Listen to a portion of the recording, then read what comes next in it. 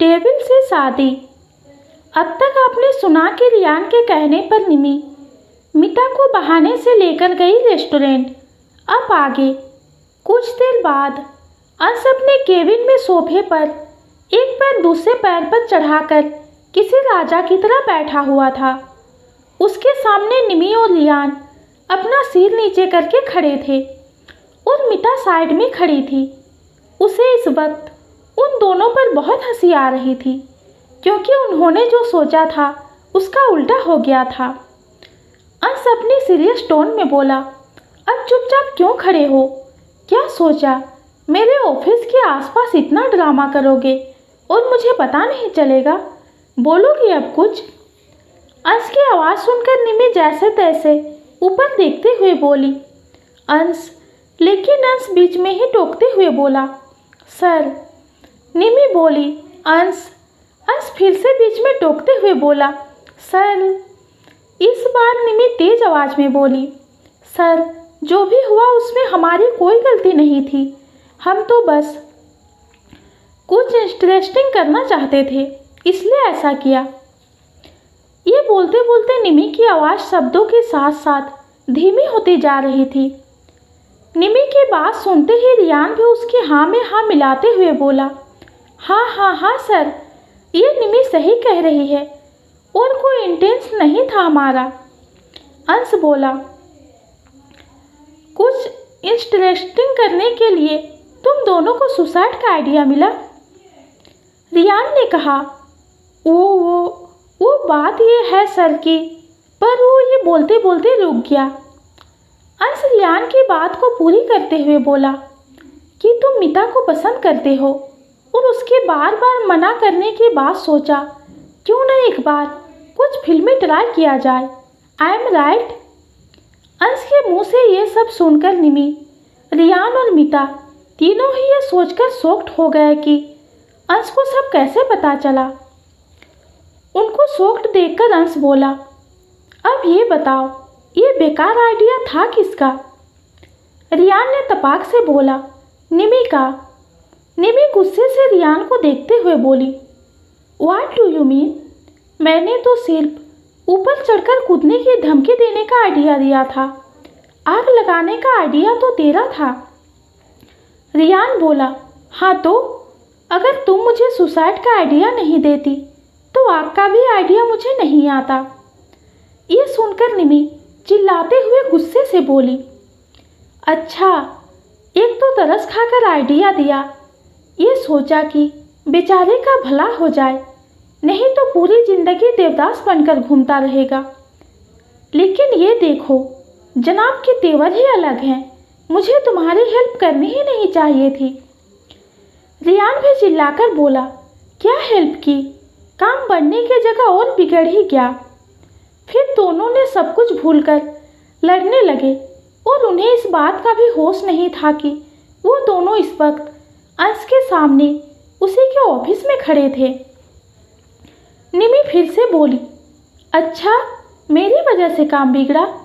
किसने कहा था लोकेशन ऑफिस के पास रखने के लिए? तेरा बस चलता तो ऑफिस के सामने ही ये सब करने लग जाता। वो तो मैं थी जो थोड़ा ही सही लेकिन दूर जाने को बोल रही थी। ये सब देखकर अंश चिल्लाते हुए बोला, बस। अंश गुस्से से आगे बोला, तुम दोनों ये भूल गए हो क्या कि ये ऑफिस है, वो भी मेरा, अंश मित्तल का, जिसे तुम दोनों ने चिड़ियाघर बना दिया है।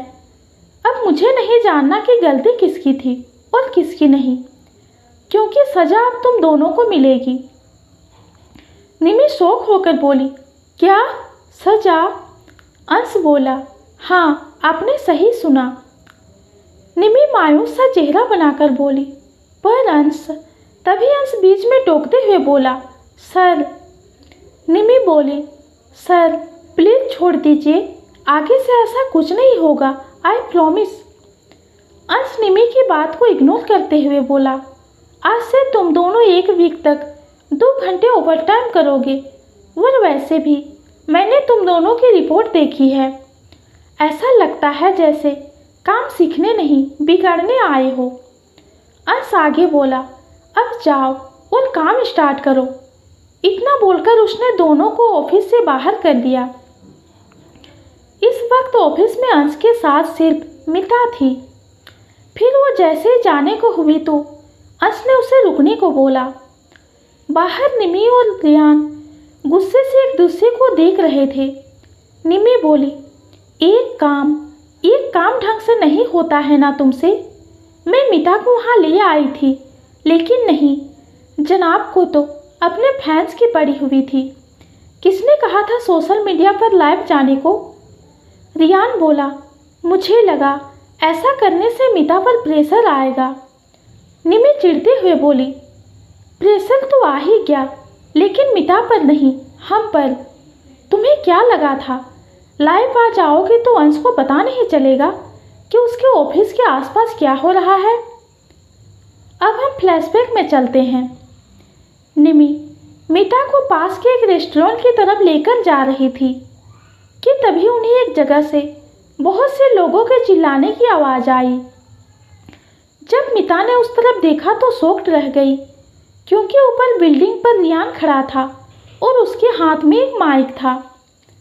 वहीं सामने कुछ लड़कियां खड़ी थी और उससे थोड़ा आगे एक सेल्फी स्टैंड था जिसमें उसका फ़ोन रखा था। उसके फ़ोन में सोशल मीडिया लाइव चल रहा था। फिर रियान को जैसे ही निमी की तरफ से सिग्नल मिला, उसने अपनी एक्टिंग स्टार्ट कर दी। रियान माइक में मिता को देखते हुए बोला, मिता, मुझे पता है कि तुम आ गई हो। मैं बस आज आखिरी बार तुमसे पूछना चाहता हूँ कि तुम मुझे एक्सेप्ट करोगे कि नहीं। अगर तुम्हारा जवाब हाँ हुआ तो मेरे 10 गिनने तक तुम ऊपर आ जाना, और अगर ना हुआ तो मैं आज खुद को आग लगा लूँगा। ये सुनने के बाद वहाँ खड़े सभी लोग मिता को ऊपर जाने को बोलने लगे। मिता को कुछ समझ में नहीं आ रहा था। निमी भी उसे जवाब देने को कह रही थी। इतने में ही रियान ने अपनी काउंटिंग स्टार्ट कर दी। यह सब देखकर मिता डर गई और थोड़ी देर रुकने के बाद वो ऊपर की तरफ भागने लगी। मिता जैसे ही ऊपर आई तो उसने देखा कि जहाँ रियान ने आग लगाई थी वो वहाँ से बहुत दूर खड़ा था। मिता को समझ आ गया कि ये सब एक ड्रामा था। मिता कुछ कहती इससे पहले ही अंश के गार्ड आकर भीड़ को खाली करवाने लगे और उन तीनों को अंश के पास ले आए। Flashback and. अब आगे निमी और रियान उदास होकर कैंटीन में बैठे थे कि तभी उसके पास मिता आई और बैठते हुए बोली, तो मज़ा आया डांट खाकर? उसकी बात पर दोनों में से कोई कुछ नहीं बोला। फिर मिता थोड़ा रुककर रियान से बोली, अब ये बचकानी हरकतें छोड़ो और मुझे डेट पर लेकर चलो। ये सुनते ही रियान और निमी मिता को देखने लगे। रियान को तो लग रहा था कि वो कोई सपना देख रहा है। वो बोला, क्या डेट? उसका मतलब तुम मुझे एक्सेप्ट कर रही हो? मिता रियान की तरफ देखकर बोली, मैंने अभी सिर्फ डेट पर ले जाने को कहा है, एक्सेप्ट करने की बात नहीं की। पहले मैं तुम्हें अच्छे से जानना चाहती हूँ। अगर तुम मुझे सच में पसंद आए तो मेरी तरफ से हाँ होगी। रियान खुशी से बोला, ठीक है, मुझे कोई दिक्कत नहीं है, तुम जैसा ठीक समझो। निमी रियान से बोली, ठीक है, फिर इसी खुशी में जाओ और हम दोनों के लिए कुछ लेकर आओ। रियान खुशी से मिता को देखते हुए बोला, तुम भी क्या याद रखोगी निमी, आज मैं तुम्हारे लिए भी कुछ लेकर आता हूँ। और इतना कहकर रियान वहाँ से चला गया। उसके जाते ही निमी मिता की तरफ देखकर बोली, अचानक ये हृदय परिवर्तन कैसे? मिता आराम से बोली, भाई ने समझाया तो मैंने सोचा क्यों न एक मौका देकर देखूं। ये सुनकर निमी नाटक करते हुए बोली, मतलब मैं इतने दिनों से कह रही थी तो उसका कोई मतलब नहीं था, और तुम्हारे भाई ने एक बार क्या कहा तो तुरंत मान गई। वाह रे दोस्ती। मिता निमी को घूरते हुए बोली, ठीक है, अब ज़्यादा नौटंकी मत कर। जो तुम दोनों ने आज किया है, मैं चाहती तो उसके लिए गुस्सा भी हो सकती थी, लेकिन मैं नहीं हुई। तुझे तो इस बात की खुशी मनानी चाहिए। निमी नकली हंसी हंसते हुए बोली, ठीक है यार, ख़त्म करते हैं इन बातों को। तभी रियान कुछ स्नैक्स लेकर आया। वो तीनों बैठकर खाने लगे। शाम के वक्त अंश अपने केबिन में बैठा था और पंकज खड़े होकर उसे उस आदमी के बारे में बता रहा था जिसका एक्सीडेंट निमी और मिता की कार से हुआ था। पंकज बोला, सर, सुबह मैंने उस आदमी का चेहरा नहीं देखा था और बाद में जब देखा तो देखते ही उसे पहचान गया। वो कोई और नहीं बल्कि दिवेश रावत था। पंकज के मुंह से यह नाम सुनकर अंश कुछ सोचने लगा, फिर बोला, उसकी फैमिली तो नहीं है? पंकज बोला, सर, उनके बारे में जैसी इन्फॉर्मेशन पहले मिली थी अभी भी वैसे ही है। फिर पंकज रुककर कहा, मिता मैम और निमी मैम, जब तक उनकी फैमिली का पता नहीं चल जाए तब तक उन्हें अपने साथ घर में रखने की बात कर रही थी, पर अब तो उनकी कोई फैमिली ही नहीं है। मुझे पूरा यकीन है कि मैम उन्हें अपने साथ घर ही लेकर जाएंगी या अब तक घर ले जा चुकी होंगी। अंश ये सुनकर कुछ नहीं बोला। फिर कुछ सोचने के बाद उसने निमी को कॉल किया। निमी ने कॉल रिसीव की और वो अपनी प्यारी आवाज़ में बोली, हेलो। अंश सीरियस होकर बोला, कहाँ हो तुम? तुम्हें आज ओवर टाइम करना था, निमी ने कहा। वो अभी तो मैं घर आ रही हूँ, पर कल से पक्का ओवर टाइम कर लूँगी। वो क्या है, आज सुबह हमारी कार से किसी का एक्सीडेंट हो गया था और उनकी याददाश्त चली गई। उनकी कोई फैमिली भी नहीं है, इसलिए जब तक वो पूरी तरह से ठीक नहीं हो जाते तब तक के लिए मैं और मिता उन्हें घर ले आएंगे। अंश गुस्से से निमी से बोला, तुम उन्हें घर क्यों लेकर गई और मुझसे एक बार पूछा क्यों नहीं? ये पहली बार था जब अंश ने इतने गुस्से से निमी से कुछ बोला था। निमी अंश के गुस्से को देखकर हकलाते हुए बोली, वो उनकी हालत ठीक नहीं थी तो। तभी अंश उसकी बात को बीच में ही काटते हुए बोला, हालत ठीक नहीं थी तो हॉस्पिटल में रहने देती, घर क्यों लेकर गई? ये सुनकर निमी बहुत ज़्यादा डर गई। वो कुछ कहती उससे पहले ही अंश ने कॉल कट कर दी और अपना कोट लेकर बाहर जाने लगा। इधर घर पर निमी को डरा देखकर मिता ने उससे पूछा तो निमी उसे सारी बातें बता दी। ये सुनने के बाद मिता को भी डर लगने लगा। तभी वहाँ पर काव्या आई और उन दोनों को ऐसे देखकर बोली, क्या हुआ, तुम दोनों यहाँ ऐसे क्यों खड़े हो? और मैंने सुना है कि तुम अपने साथ किसी को लेकर आई हो, कौन है वो? काव्या की बात सुनकर मिता ने उन्हें आज जो भी हुआ वो सब बता दिया। सब सुनकर काव्या रूम में गई और जैसे उन्होंने सामने वाले आदमी को देखा तो डर से कांपने लगी। तभी राघव जी भी रूम में आए और वो भी उस आदमी को देखकर शॉक्ड रह गए। वो उस आदमी को देखकर जोर से चिल्लाते हुए बोले, तुम्हारी हिम्मत कैसे हुई मेरे घर में आने की? उनकी ये बात सुनकर मिता और निमी दोनों ही डर गई। उस आदमी को देखकर सभी लोगों का ऐसा रिएक्ट करना उन्हें समझ नहीं आ रहा था। तभी मिता हिम्मत करके बोली, डैड, उन्हें मैं लेकर आई हूँ। जैसे ही मिता ये बोली वैसे उसके गाल पर एक जोर का थप्पड़ पड़ा। ये देखकर सभी लोग शॉक्ड हो गए क्योंकि वो थप्पड़ मिता को काव्या जी ने मारा था। काव्या जी मिता की बाजू पकड़ के उसे रूम से बाहर लेकर गई और उससे बोली, तू पागल हो गई है मिता, क्यों लेकर आई तू उसे? काव्या जी ये सब बोलते बोलते पैनिक करने लगी और बेहोश हो गई। अंश जल्दी से घर के अंदर आ रहा था इसलिए उसने भी ये सब देख लिया। वो काव्या की तरफ भागकर आया और उन्हें गोद में उठाकर मिता को डॉक्टर को बुलाने के लिए बोला। कुछ देर बाद सभी लोग काव्या के रूम में थे। अंश भी वहाँ मौजूद था और निमी डर भरी नज़रों से अंश को देख रही थी।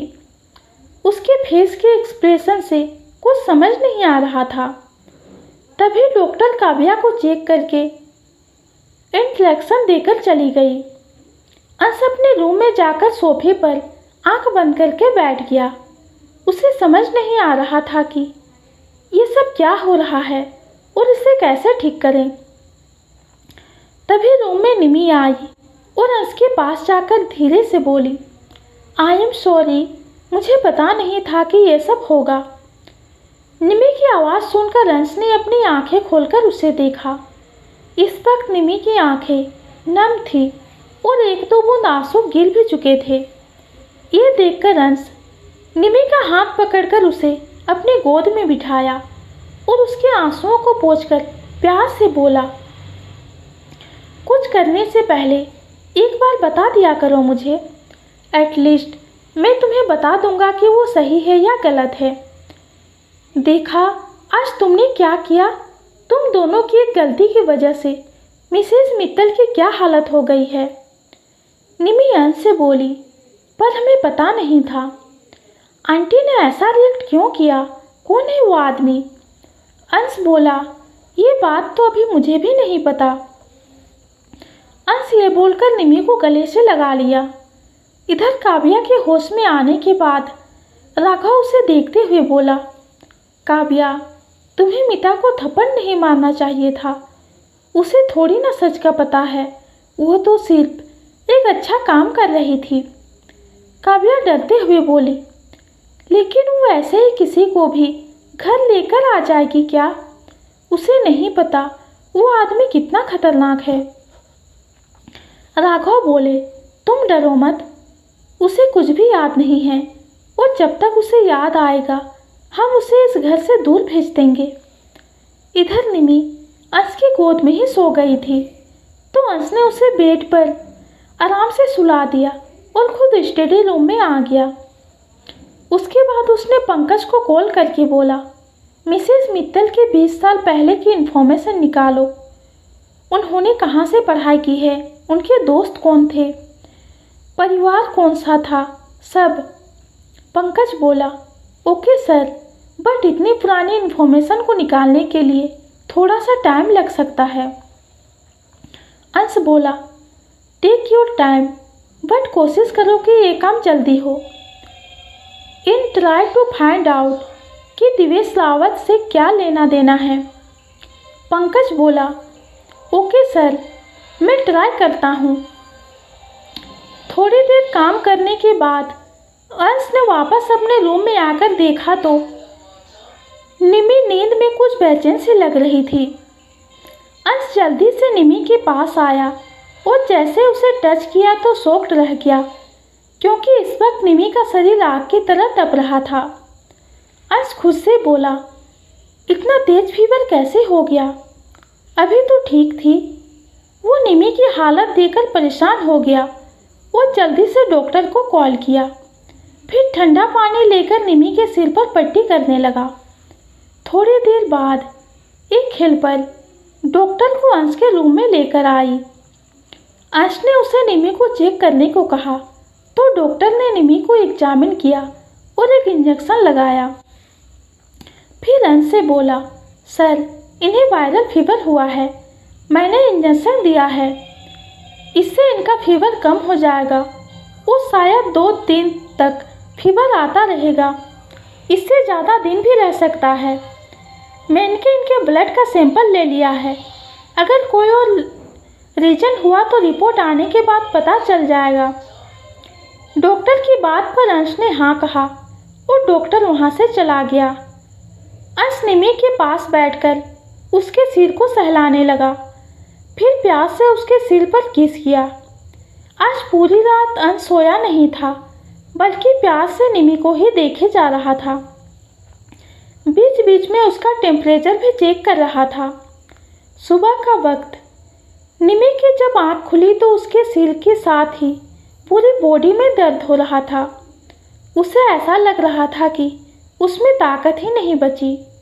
निमी उठकर बैठ गई, पर उसे चक्कर आने लगा तो उसने अपना सिर पकड़ लिया। तभी अंश बाथरूम से बाहर आया और उसने निमी को देखा जो कि अपना सिर पकड़े बैठी थी। अंश जल्दी से उसके पास आते हुए बोला, क्या हुआ निमी? सिर में दर्द हो रहा है क्या? निमी मासूम से शक्ल बनाकर बोली, हाँ, और पूरे शरीर में भी। और मैं जैसे ही बैठी वैसे ही चक्कर भी आने लगा। अंश प्यार से निमी को सुलाते हुए बोला, तो तुम बैठी क्यों हो? लेट जाओ। तुम्हें रात को फीवर आ गया था, इसलिए कमजोरी लग रही होगी। ये सुनकर निमी खुद की तारीफ करते हुए बोली, फीवर? लेकिन आज तक मुझे ऐसे कभी फीवर नहीं आया। हमारे आश्रम में भी बहुत से बच्चे बीमार पड़ते थे, लेकिन मैं कभी बीमार नहीं पड़ी। अंश चिढ़ते हुए बोला, हाँ, तुम बहुत फिट हो। रात को तो फीवर मुझे आया था, बस पेन तुम्हें ट्रांसफ़र हो गया। निमी फिर से तारीफ करते हुए बोली, आपको जो समझना है समझ लीजिए, लेकिन मैं बहुत स्ट्रांग हूँ। आप देखना, एक बार मेडिसिन लूँगी और फिर मैं बुलेट ट्रेन से भी फास्ट दौड़ सकती हूँ। अंश प्यार से निमी के सिर पर किस करते हुए बोला, मैं भी तो यही चाहता हूँ कि तुम हमेशा ठीक रहो, कभी भी कमज़ोर ना पड़ो। निमी रोने से शक्ल बनाकर बोली, अच्छा ठीक है, मुझे बाथरूम जाना है और मैं उठ नहीं पा रही हूँ, मुझे चक्कर आ रहे हैं। ये सुनकर अंश ने निमी को गोद में उठा लिया और बाथरूम में ले जाकर नीचे उतारते हुए बोला, मैं बाहर ही हूँ, अगर चक्कर आए तो मुझे आवाज़ दे देना। ये सुनकर निमी ने हाँ में सिर हिला दिया और अंश बाहर चला गया। थोड़ी देर बाद अंश को निमी की आवाज़ सुनाई दी तो वह अंदर गया और उसने देखा कि निमी पानी से भीग चुकी है। वो उसी हालत में मासूम से शक्ल बनाकर बोली, मैं नल चालू कर रही थी, गलती से शावर चालू हो गया और मैं भीग गई। ये सुनकर अंश थोड़ा गुस्सा करते हुए बोला, ध्यान रखना था ना, तुम्हें अभी फीवर है और तुम ठंडे पानी से भीग रही हो। ये बोलकर अंश निमी के पास आया और उसे उठाकर एक चेयर में बैठा दिया, फिर उसे टॉवल से साफ करने लगा। वो निमी को कपड़े देकर बोला, ये लो, जल्दी से चेंज करो। इतना बोलकर अंश बाथरूम से बाहर आ गया। थोड़ी देर बाद फिर से निमी की आवाज़ आई तो अंश अंदर गया। निमी चेयर पर अपने कपड़े चेंज करके बैठी हुई थी। उसने अंश को देखकर अपने दोनों हाथ हवा में कर दिए तो अंश स्माइल करते हुए उसके पास आया और निमी को अपनी गोद में उठाकर बोला, बिल्कुल 5 साल की बच्ची हो तुम। निमी शरारत से बोली, नहीं, मैं 5 साल की नहीं 20 साल की बच्ची हूँ और आपने एक बच्चे से शादी की है, तब भुगतिए। अंश ने निमी को बेड पर बिठा दिया और उसे ब्रेकफास्ट कराया, फिर उसे मेडिसिन दी। तभी अंश के फ़ोन में एक मैसेज आया। अंश उस मैसेज को देखा तो उसमें निमी की ब्लड रिपोर्ट थी। अंश रिपोर्ट देखकर पढ़ने लगा तो निमी बोली, इतना गौर से आप किसका मैसेज पढ़ रहे हैं? अंश बोला, तुम्हारे ब्लड रिपोर्ट पढ़ रहा हूँ। निमी जोर से चौंकते हुए बोली, क्या ब्लड रिपोर्ट? लेकिन मेरा ब्लड लिया कब? अंश बोला, अरे इतने जोर से क्यों बोल रही हो? जब रात को तुम नींद में थी तब सैंपल के लिए ब्लड लिया था। निमी बोली, लेकिन यह गलत है, मेरी मर्जी के बिना मेरा ब्लड कैसे लिया? अगर मैं उठ जाती तो ज़रूर बेहोश ही हो जाती। अंश बोला, इसमें मर्जी वाली बात कहाँ से आ गई और तुम बेहोश क्यों होती?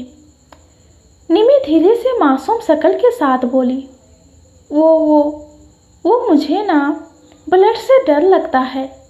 मैं ब्लड देख लूँ तो मुझे चक्कर आने लगते हैं। ये सुनकर अंश ने अपनी एक आईब्रो ऊपर करके पूछा, अभी थोड़ी देर पहले तो कोई बहुत स्ट्रॉन्ग बन रही थी।